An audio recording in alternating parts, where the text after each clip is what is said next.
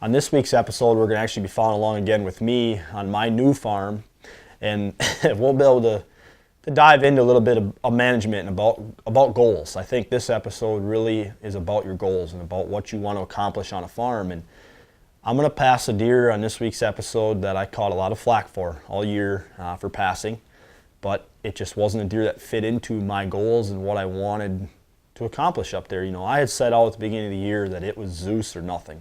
And that was my guns, and I was sticking to it. And I think that's something that's really important when you lease a new farm or you buy a new farm, is to come up with a 3-year plan, a 5-year plan, have goals for what you want to achieve on this property, and by all means stick to them. Yeah, I could have shot the biggest archery buck in my life several times, and you'll see that throughout the course of the episode of the encounters and the hunts I had after this deer we called Hercules. And I just knew deep down I'd have that honeymoon phase with this deer. I'd be happy for 5-10 days that I shot him. He's a great deer, 150s type deer, but I had told myself it was no matter what, a 4.5-year-old or older on this farm, and Hercules was one of those tweener deer. I couldn't, all year, I sent so many pictures around between Bo and Jake and my dad and everybody, and we could never definitively agree on how old this deer was, and I had a fear that he was a really good 3-year-old.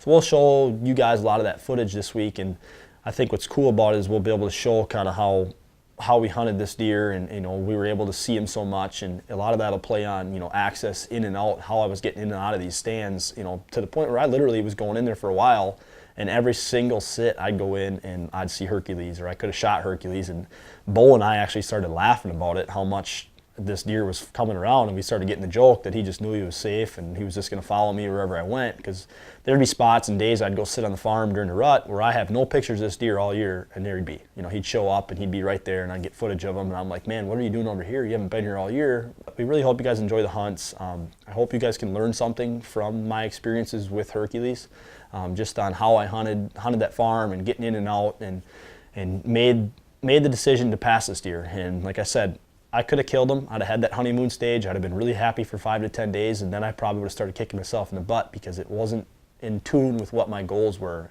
So we always want to make sure that, at the end of the day, we're happy with the decisions we make. And as I sit here today and I do the interview, I'm really glad I didn't shoot the deer. I'm happy for the neighbor that shot him. To 90% of the people out there, he's a phenomenal deer, and he really is. You can't ask people to pass 150-inch whitetails.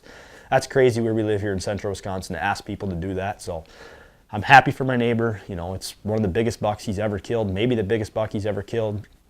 Just wasn't in tune with what my goals were. So this week we're going to really hone in on what those goals should be for a property, to match up to what you want out of your hunting experience. So I hope you guys enjoy the episode.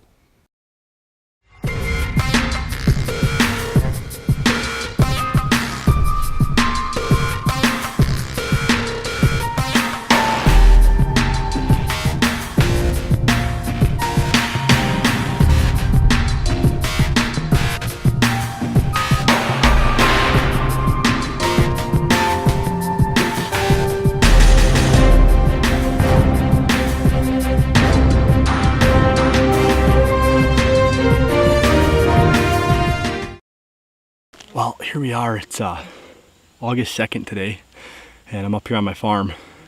You guys have kind of follow along with me here on this piece. What I've got here is about a 1/4 acre strip along the back of this bean field that I've worked up.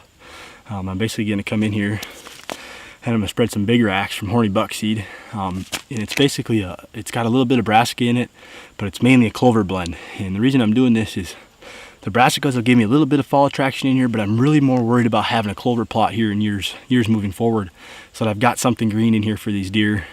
I've come in, I've limed and fertilized this section, I've tilled it under, and now I'm basically going to come in and spread the seed. We're supposed to get really good rain tonight into tomorrow, so I'm basically just going to broadcast this on top. It's such small seed that rain will drive it in, give it good seed to soil contact, and we'll be good to go. So this is plot number 1 for the day for me, but I'm going to get it spread in here and keep moving.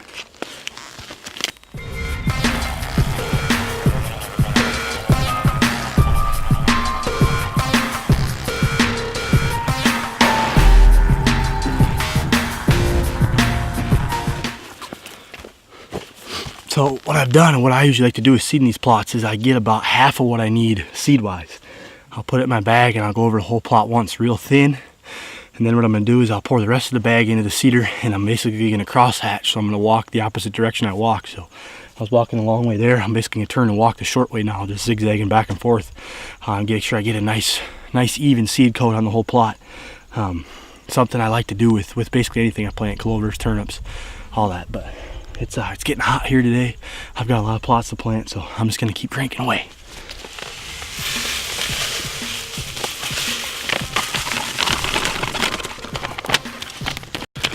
Horny buck, baby.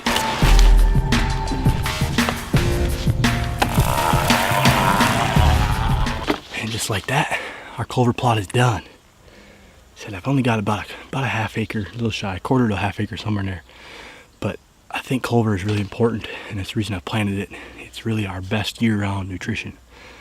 This farm has not had food on it in almost 20 years. So I'm really starting from scratch here. These deer don't know there's a lot of food down here, but we're working on it. So gonna draw a lot of deer in here late season with all the corn, standing beans, and then the turnips and tankalicious we plant. So need something in here that when we get through that winter and we get into that spring green up, this clover is gonna be the first thing to green up, and these deer can transition off of this standing grain into this clover. There's really big alfalfa fields north across the road, which are great for these summer months. A lot of our deer are up there right now, which is great. It allows me to get in here and get some of this work done without disturbing those deer.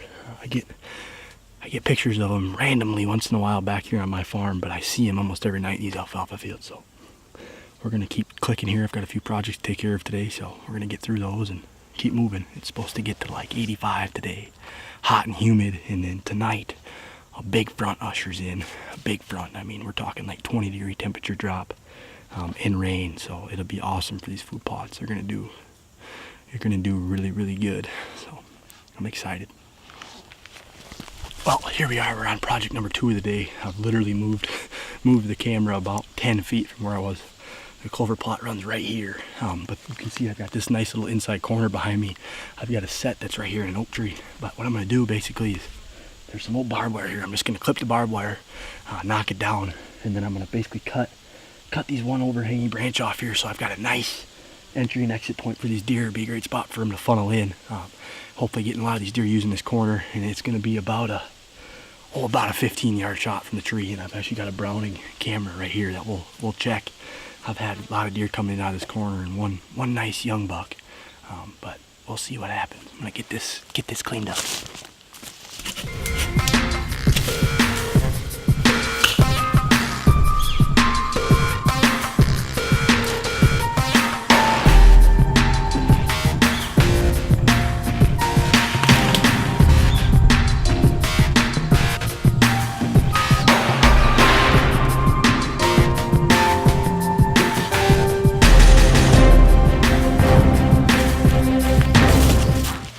Quick, easy, simple. Deer are lazy.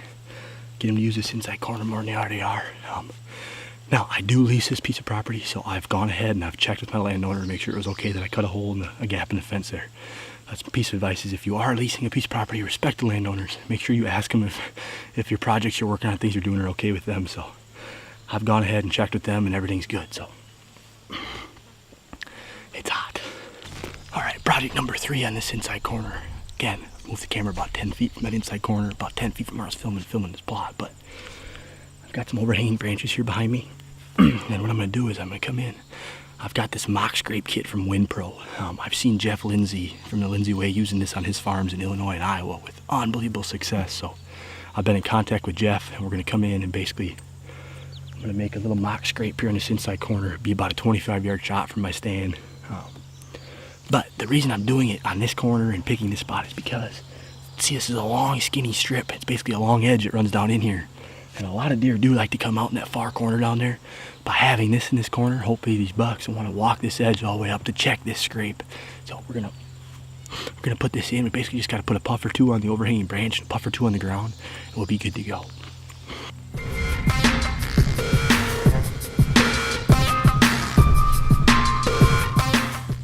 Just like that, synthetic scrape, mock scrape number 1 done on the farm. So moving on, next project.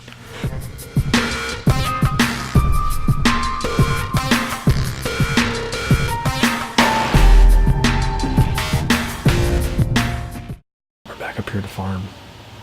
It's another beautiful weather night. It's been warm, been really warm fall so far. It's about 56, 57 degrees today though. We had a big, huge front blow through Friday night, Saturday, and then into Sunday morning. Last night it cleared out a little bit, and it was actually pretty decent weather last night. But today it's been high pressure, bluebird, sunny day after this front. So the bucks have really just been starting to hit scrapes and open them up. There's quite a few along the corn edge when I was coming in here that were freshened up. There's a really big one right here in this corner that hopefully these bucks will come in and check tonight. After all this rain and stuff, if they didn't get up and clear them out last night or this morning, hopefully they'll come tonight and kind of check them out. They should get up and feed tonight. There should be a lot of deer on their feet. So,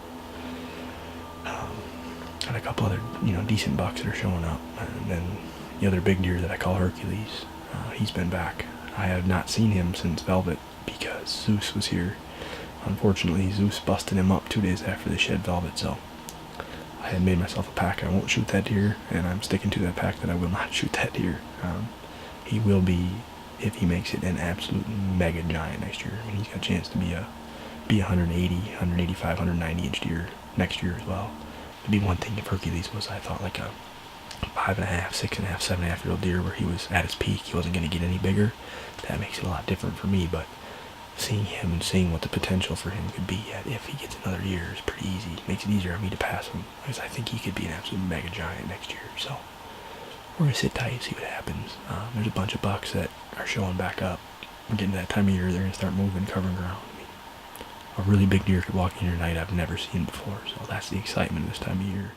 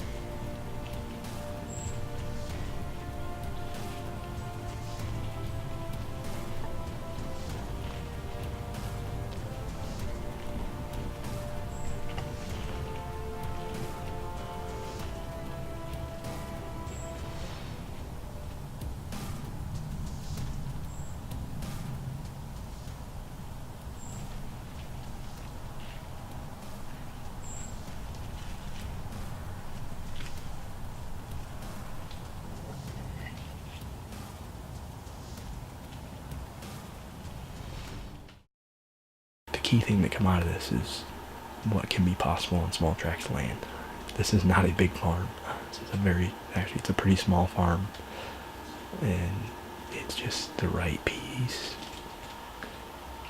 The food's done right, the cover's right, everything lays out right, and the willingness to pass deer. Like I said, I mean, no guarantees Hercules survives through rifle season and everything, or through bow season from neighbors to next year, but if he does, that's how you get 180 inch deer on small tracts of land, is the willingness to sit on and pass a big deer. So I just wanted to let people know that that's what it takes sometimes, is the willingness to sit here and pass a 155, 160 inch deer.